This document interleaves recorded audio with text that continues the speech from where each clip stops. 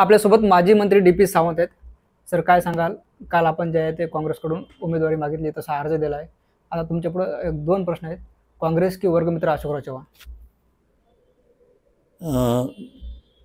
गेले 3 महिने मी काही आजारामुळे मी घरीच होतो. रेस्ट सांगितली होती, त्यामुळे मी लोकसभा इलेक्शनमध्ये पार्टिसिपेट करू शकलो नाही. परंतु मी काँग्रेसमध्येच होतो. मी काँग्रेस कधी सोडली नव्हती आणि काँग्रेसमधूनच मी 15 वर्ष नांदेड उत्तर 86 नांदेड उत्तरचं मी लोकप्रतिनिधित्व केलेलं आहे आणि त्यामुळे माझा ऑब्वियस चॉईस हा नांदेड उत्तरच होता आणि म्हणून मी काल पक्षाकडे मागणी केली. आता पक्षश्रेष्ठी जो निर्णय देतील तो आम्हाला लागू राहील आणि मी पूर्वीपासून काँग्रेसमध्ये होतो, आताही आहे, पुढेही राहीन, हे मी सगळ्यांना सांगितलं होतं. आज सगळे कार्यकर्ते माझे दबाव होता की आपण कुठे जाऊ नये आणि म्हणून मी काँग्रेसमध्येच राहिलो आणि काँग्रेसला तिकिटाची मागणी केली.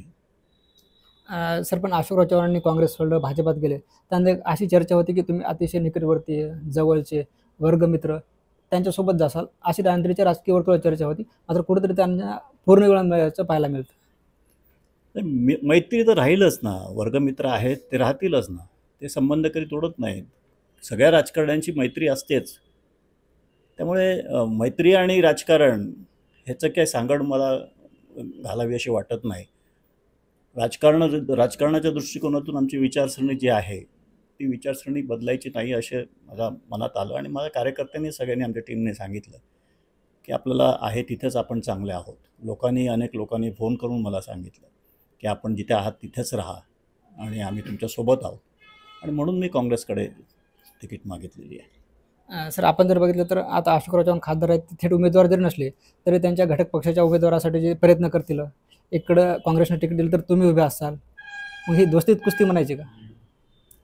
नाही, बघा, राजकीयदृष्ट्या आज भाऊ बहीण वेगवेगळे लढतात, आज जावई नणंद वेगवेगळे लढतात आणि मग घराघरात लोक आहेत आणि राजकारण आणि मैत्री याची सीमा जी आहे किंवा त्याच्यातली जी पुसट रेष आहे ती ओलांडता कामा नये.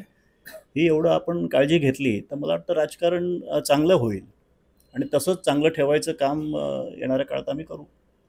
सर आपण जर बघितलं तर मधल्या काळात तब्येतीच्या कारणामुळे तुम्ही घरी होतात, नंतर 1 महिन्यापासून ॲक्टिव्ह झालात, काल काँग्रेस कार्यालयाला भेट दिली. काँग्रेस पुन्हा संधी देईल असं वाटतं? आता आम्ही मागायचं काम केलं आहे. आमची विचारसरणीशी आमचं नातं आहे, त्यामुळे आमची विचारसरणी ही काँग्रेसची आहे. माझ्यासोबत गेल्या 15-20 वर्षापासून जे कार्यकर्ते जुळलेले आहेत ते सर्वधर्मीय, सर्व जातीय आहेत आणि म्हणून काँग्रेसमध्येच आमचं मन रमतं. म्हणून मी काँग्रेसकडे तिकीट मागितलं. नाही दिलं तरीसुद्धा आम्ही काँग्रेसचे राहू आणि काँग्रेसचं काम करू. एखाद्या वेळेस पक्षाने तिकीट नाही दिलं तरी काँग्रेसमध्ये राहा? हां, कारण काय, पक्षाने दिलं ना मला 2 वेळा तिकीट दिलं. 4 वर्ष मी राज्यमंत्री राहिलो. पक्षाचे दिलेलं आहे मला, त्यामुळे काँग्रेसचाच आम्ही राहू. सर आपलं शैक्षणिक क्षेत्रात काम आहे. अशोकराव चव्हाण असाल, तुम्ही असाल, एकाच म्हणजे शिक्षण संस्थेवर काम करताय. या निमित्तानं तुमचं बोलणं होतं. याबाबत काही चव्हाण साहेबांसोबत बोलणं झालं का? नाही, शैक्षणिक संस्था महाराष्ट्रात अनेक अशा आहेत की जे सर्व पक्ष मिळून चालवतात. बघा, शेवटी तरुण वर्गाला शिक्षण देणं चांगलं नांदेडसारख्या ठिकाणी हे काही राजकीय काम नाही आहे. आमच्या संस्थेत 20,000 विद्यार्थी करतात. ते काही भाजपचे किंवा काँग्रेसचे नाही आहेत, कुठल्याही पक्षाचे नाही आहेत, ते विद्यार्थी आहेत आणि त्या विद्यार्थ्यांना चांगलं शिक्षण उपलब्ध करून देणं हे संस्थेचं काम आहे.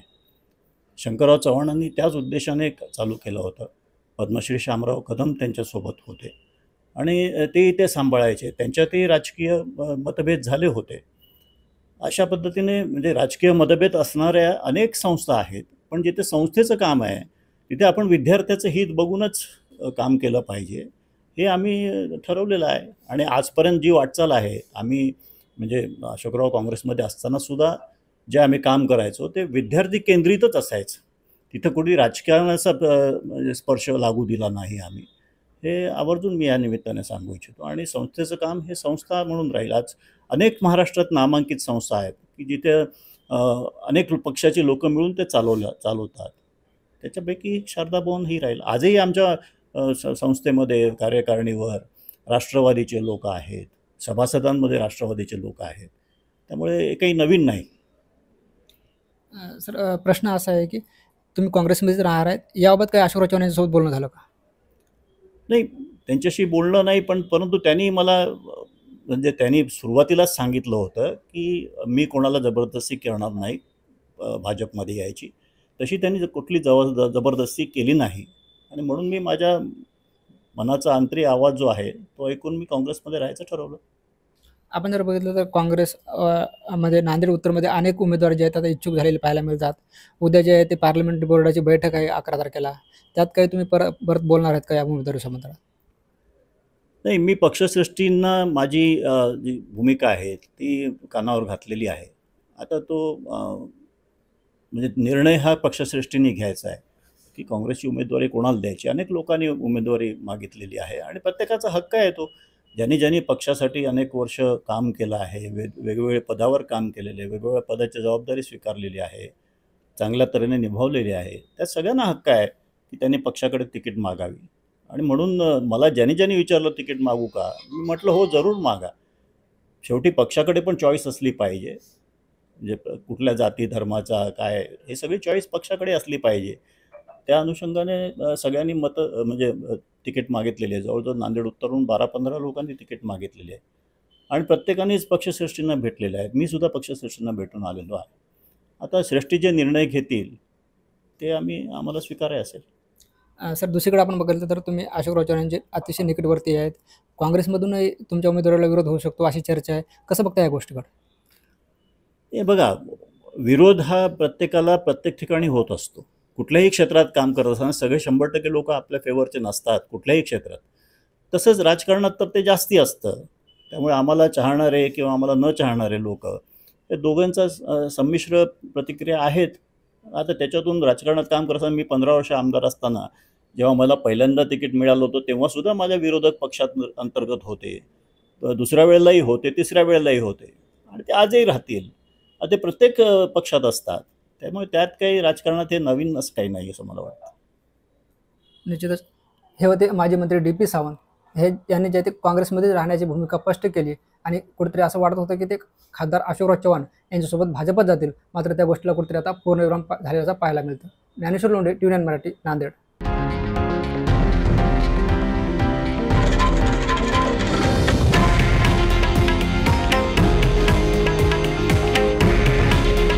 हे आहे देशातील नंबर 1 न्यूज नेटवर्क आणि आपण पाहत आहात TV9 मराठी. काळजी तुमची, हित महाराष्ट्राचं.